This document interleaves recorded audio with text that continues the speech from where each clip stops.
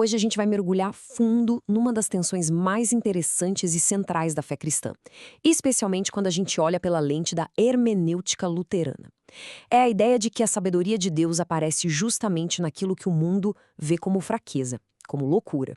Vamos analisar como essa tensão que está bem presente nas leituras do quarto domingo da Epifania se revela e no fim se resolve de um jeito que ninguém esperava. Para começar, vamos direto para o coração do dilema humano. Sabe aquela angústia fundamental que move a gente? Ela está toda contida numa pergunta que o profeta Miqueias faz. É a pergunta da pessoa que se vê diante de Deus e, usando a própria lógica, tenta achar um jeito de se justificar.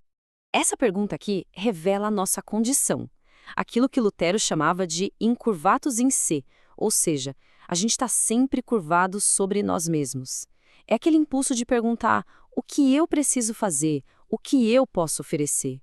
Essa lógica, quando deixada por conta própria, nos joga numa escalada desesperada para tentar agradar a Deus por nossos próprios méritos. Percebe a escalada aqui? É quase uma hipérbole, né? Começa com rituais religiosos que eram normais, aceitáveis, mas a ansiedade de se justificar vai crescendo tanto que chega no impensável, o sacrifício do próprio filho. Isso aqui é a demonstração máxima da falência da chamada teologia da glória, aquela tentativa humana de fazer uma barganha com Deus, oferecendo o que a gente tem de mais precioso para tentar comprar o favor dele. E é bem nesse ponto, no auge do desespero humano, que a resposta de Deus vem e quebra toda a nossa lógica. Ele não pede mais sacrifícios nem algo diferente. Na verdade, ele muda completamente os termos da conversa. Isso cria uma tensão poderosa entre o que a gente acha que tem que fazer e o que Deus, na sua graça, revela que quer. O que é fascinante nesse slide é o contraste, é gritante. Deus simplesmente rejeita a grandiosidade religiosa e aponta para uma ética vivida no dia a dia: justiça, misericórdia, humildade. Do ponto de vista de uma pregação, aqui a lei está agindo no seu segundo uso. Ela nos mostra como é uma vida que agrada a Deus, mas ao mesmo tempo ela nos acusa, porque mostra que a gente não consegue cumprir isso perfeitamente. E essa inversão de valores chega no seu ponto máximo nas bem-aventuranças. As condições que o mundo vê como um sinal de fracasso, de maldição, pobreza de espírito, luto, perseguição, são exatamente o lugar onde Deus se revela e age. As bem-aventuranças não são um novo código de leis para a gente conseguir a bênção. Elas descrevem a condição da pessoa que já foi encontrada pela graça de Deus, na sua total falta de recursos. E isso nos leva a um conflito central de interpretação. O mundo, com sua teologia da glória, procura Deus em demonstrações de poder, de sucesso, de lógica impecável. Mas a revelação bíblica, especialmente em Paulo, aponta para um lugar totalmente diferente. Então, como é que a gente concilia essas duas visões? A chave para decifrar esse enigma, o centro da teologia e da pregação cristã, é um evento que, para a sabedoria do mundo, é o símbolo máximo do fracasso, da impotência e do absurdo: a cruz. Para a mentalidade religiosa que busca sinais de poder, que espera um Messias vitorioso, triunfante, a cruz é um escandalon. É uma pedra de tropeço, uma ofensa que não dá para tolerar.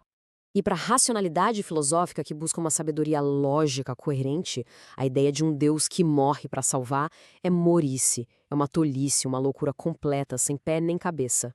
A palavra da cruz, então, é isso. É a proclamação central do Evangelho. Aquilo que o mundo vê como loucura é, na verdade, o poder e a sabedoria de Deus em ação. É o único lugar onde Deus escolhe se revelar por completo. E o ponto crucial aqui é que o apóstolo Paulo não tenta amenizar o escândalo. Ele não tenta dar uma suavizada na história. Pelo contrário, ele coloca isso bem no centro da pregação dele. O Cristo crucificado não é apresentado apesar de ser uma ofensa, mas como a revelação definitiva da sabedoria de Deus. Agora, vamos avançar um pouco e ver como isso se cristaliza num dos conceitos mais potentes da teologia da Reforma, algo que Martinho Lutero chamou de teologia da cruz.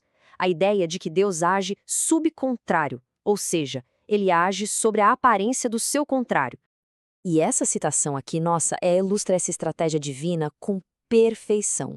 Deus não apenas usa o que é fraco, Ele escolhe o que é fraco de propósito para anular a lógica de poder do mundo. Ele se revela na fraqueza, na insignificância, naquilo que é desprezado, para que ninguém possa se orgulhar da própria força ou sabedoria. É na teologia da cruz que a gente entende isso. A fraqueza de Deus na cruz é o seu verdadeiro poder.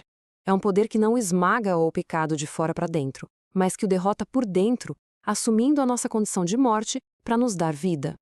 Da mesma forma, a aparente loucura de Deus é na verdade uma sabedoria de uma ordem tão superior que expõe a tolice de toda a sabedoria humana. Isso nos liberta da tirania de ter que entender e controlar Deus, e nos convida a simplesmente confiar na promessa dele. Então, toda essa grande inversão que a cruz revela transforma radicalmente a nossa relação com Deus. Ela muda o eixo da nossa vida espiritual de uma forma totalmente libertadora. Essa é a proclamação do Evangelho na sua forma mais pura. A pergunta angustiada lá de Miqueias, o que eu devo fazer, é silenciada por essa declaração definitiva do que Deus, em Cristo, já fez por nós. A iniciativa é toda de Deus. O foco muda completamente. A gente para de perguntar sobre o que precisa fazer para merecer e começa a pensar em como responder ao que Deus já fez. A gente sai da lógica da obrigação e entra na dinâmica da gratidão. E o ponto crucial para a vida cristã é este: a ética não é a causa da salvação, mas a sua consequência.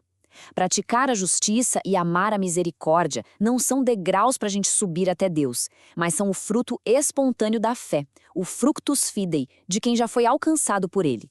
Não é uma lista de tarefas, mas uma descrição de quem a graça nos torna. Isso tudo nos deixa com uma pergunta para levar para a vida. Se a vitória de Deus tem a aparência de um fracasso para o mundo, como é que a teologia da cruz nos convida a olhar de novo para as nossas próprias experiências de fraqueza, de sofrimento e daquilo que a gente chama de fracasso? Talvez seja exatamente aí que o poder e a sabedoria de Deus estejam mais presentes.